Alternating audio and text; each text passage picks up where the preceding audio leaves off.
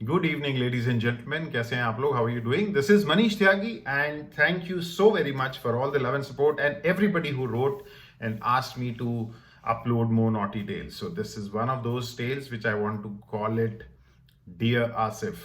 Now the question is, who's Asif, and what is this story all about? Why now? है ना? So, since you all know, I was in the Navy and I will take you back to the academy days. बात इन दिनों की है, हमारा commission navy में हुआ था 7 अगस्त 1989 को। तो हम सब ज्वाइन कर गए थे, पूरा बैच आ गया था। तो पता चला कि 2-3 लोग हैं जो लेट आ रहे हैं। उसमें एक नाम था आसिफ, SM आसिफ, शाह मोहम्मद आसिफ। क्योंकि हम लोग सब इंजीनियर थे, हमें ये भी पता चल गया कि जनाब AMU से आने वाले हैं। So but he came late, about 15 days और 3 weeks लेट, बिकॉज उनके कॉलेज का कुछ एग्जाम या सेशन का कोई इशू था। सो मेरे कुछ दोस्त थे जो AMU गए थे and they were athletic guys, मतलब वो बंदे थे कि स्पोर्ट्समैन। एंड वी थॉट, मुझे लगा पर्सनली कि आसिफ जी आएंगे तो वो भी एक मजबूत क्रिकेटर होंगे, फुटबॉलर होंगे। But on the contrary, Asif was one nice, soft looking, soft spoken guy who came from AMU। खैर, जनाब AMU से आए, एकेडमी उन्होंने ज्वाइन करी, हम लोगों ने साथ में ट्रेनिंग वेनिंग करी एंड अच्छे दोस्त बन गए। आसिफ जी दूसरे डिवीजन में थे, हमारे डिवीजन में नहीं होते थे। तो नेचुरली क्या होता है कि 3-4 डिवीजन होते हैं जो लोग जानते हैं, उसमें फिर your friend circle changes. But we were all from the engineering background. Academy से पास आउट हो गए, उसके बाद हम लोग अपने अपने शिप में डिफरेंट प्लेसेस, ट्रेनिंग, ये वो करते करते बॉम्बे में पोस्टिंग।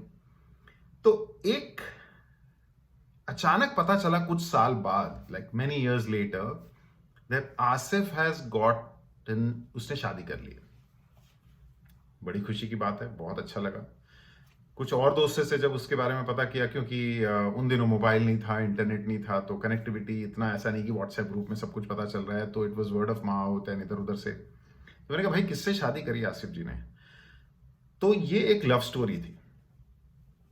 आसिफ जी क्योंकि बहुत सॉफ्ट थे फिजिकली भी, उन्हें कुछ, आई थिंक उस समय मेडिकल इशू हुआ and during his early days in the navy, and he got admitted in the naval hospital which is in Bombay, then Bombay, now Mumbai. And वहां उनकी लव स्टोरी हुई, because he fell in love with this lovely lady who was a MNS officer, we call it military nursing services. तो अब वहाँ पे बेचारे पड़े रहते होंगे, और मैम ने बहुत अच्छे से ध्यान रखा, प्यार हो गया, शादी हो गई। तो बड़ी अच्छी बात है, बहुत खुशी की बात हुई। We were very happy because he was one of the few guys who got married, I think very early. And great, मुलाकात नहीं हो पाई, लेकिन जब मुलाकात हुई तब पता चला कि उन्होंने अपनी वाइफ से इंट्रोड्यूस कराया, तो उन्होंने उसका नाम बताया, I think I still remember, Ayesha.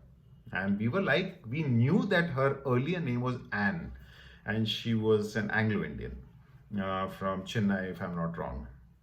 तो हमने कहा, भाई ये क्या हुआ? तो खैर जो भी है, तो you know, they were married happily, and we came to know that they've got 2 very beautiful daughters. अब हम फास्ट फॉरवर्ड करते हैं कहानी, sometime in 98, 99, somewhere around that time. So why now? Because I think इस बात को almost 20 साल हो चुके हैं। तो that's why Dear Asif।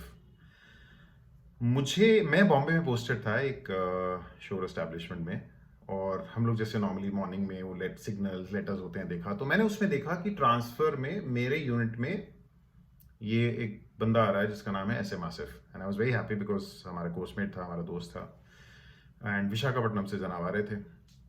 लेकिन उसके आने, वो चिट्ठी आने के बाद मुझे एक अपने फ्रेंड का कॉल आया वाइजैक से, एंड ही सेज, यार ऐसे ऐसे आसिफ आ रहा है with his daughters, can you pick him up at the airport? And I am like, क्या, आई मीन कर सकते हैं, मतलब क्या हो गया, why do you look sound so serious? उस दिन पता चला कि आसिफ जी को he was detected with cancer in Visakhapatnam, and he was posted to my unit so that Bombay में treatment better था, hospital बड़ा था।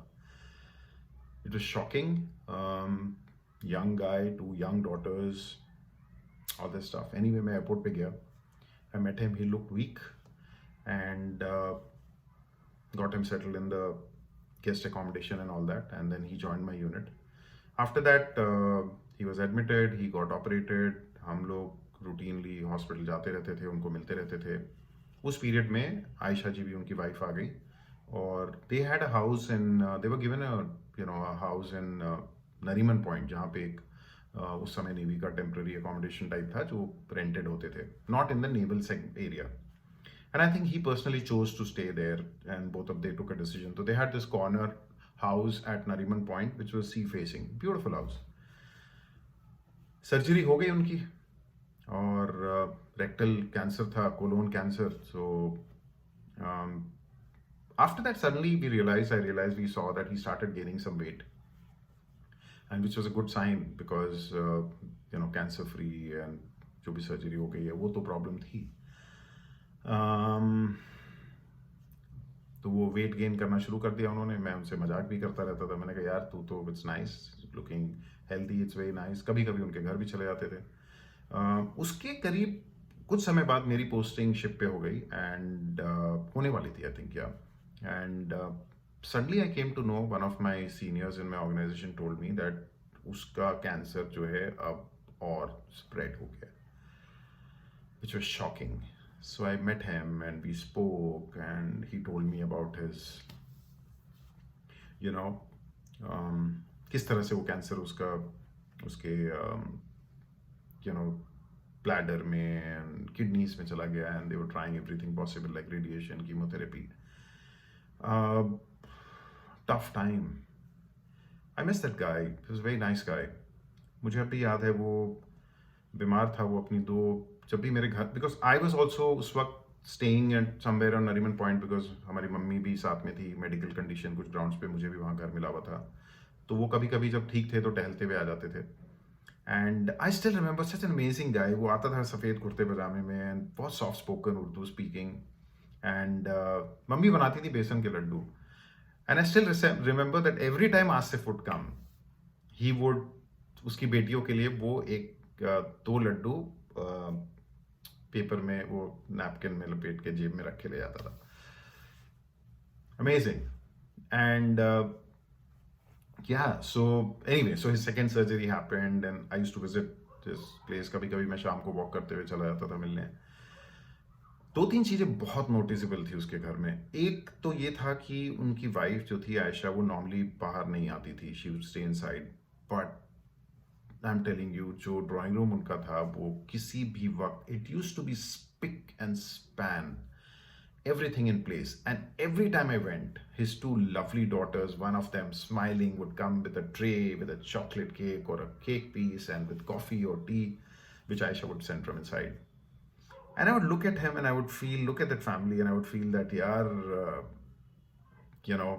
it doesn't look like a house in which the man has cancer, second, relapse, and शायद वो पता नहीं क्या हो.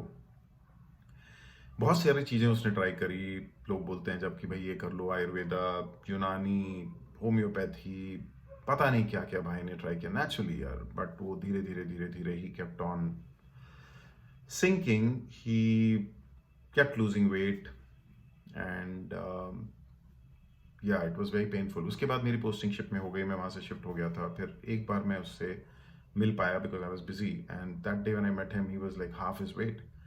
बट उसके चेहरे की मुस्कान नहीं गई कभी यार. I mean, he was, in this, I could see he was in so much pain. And I think I still remember the last time when I went and met him, when he was like completely half his, weight. And that day Aisha came out and she spoke. But उसके चेहरे पे भी कोई शिकन नहीं थी बिल्कुल भी. मतलब they had accepted the whole thing so beautifully. I still remember his parents had come down from Aligarh.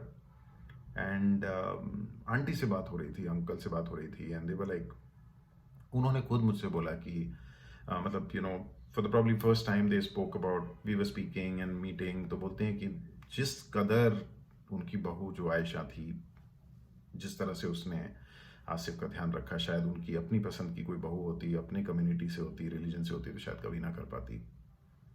But commendable, 2 gorgeous daughters, and they were, I mean, I don't even know कहाँ से इतनी ताकत लोगों में आती है यार.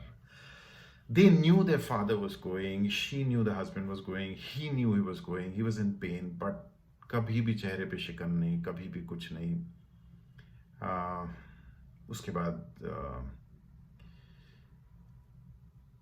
या टफ. मैं आज क्यों ये स्टोरी बताना चाह रहा हूँ, because I think it's almost 20 years we hear so many cases about cancer. My mom is a cancer survivor, and so उसके बाद फिर मैं शिप में सेलिंग वेलिंग कर रहा था, फिर मुझे खबर मिली कि he passed away. And then when I came back, I visited his house once, met his wife, his children. Parents शायद चले गए थे तब तक, and she had her plans. She had planned to move somewhere down south, and the last I knew in 20 years back that she had taken, become a warden in some residential school down south in Ooty, and दोनों बच्चियों का वहीं admission हो गया. तो उसके बाद she has not kept in touch with anybody, but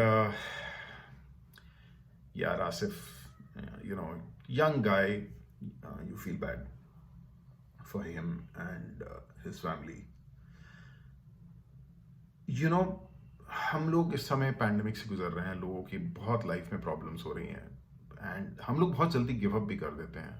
Why I want to tell the story is because I saw them fighting till the end, and even despite everything that was going on, तो जिंदगी है यार, जिंदगी में हम लोग के सबके प्रॉब्लम्स हैं, किसी के कुछ है, किसी के कुछ है, और इससे ज़्यादा क्या हो सकता है कि आपके घर में आपका your the man of the house passes away, but कभी उन्होंने हिम्मत नहीं हारी. And I don't know where those girls are. They must be like, I think, in their 20s now, and I don't know where Anne is, Aisha is. But I hope that if you guys ever listen to this story, my hats off to you guys for such tremendous courage shown under such adverse circumstances, which most of us are not able to. हम लोग सबकी, मुझे बहुत लोग लिखते हैं, सबकी ज़िंदगी में कुछ ना कुछ चल रहा है, कुछ ना कुछ है, but these are stories from which you learn and you feel that यार, वो एक कहावत है कि किसी को किसी का गम नहीं है, पर गम भी किसी का किसी से कम नहीं है. Fact of life. We don't know किसकी ज़िंदगी में क्या चल रही है, क्या हो रहा है, क्या चल रहा है. Tough times. So keep it up, and dear Asif, जहाँ भी तुम हो, you are missed by everybody. We speak about, जब भी कभी बात होती है कोर्समेट्स के बीच में, उसके बारे में बात करते हैं. Sweet guy, very nice guy, very soft spoken, पर शायद उसकी ज़िंदगी में इतना ही वक्त उसके पास था, ऊपर वाले ने इतना ही वक्त देके उसको भेजा था. I wish he had lived longer. Would have been, I wish I didn't have to do the story, but dear Asif, we love you all and we miss you all, jahan bhi ho. Jai Hind.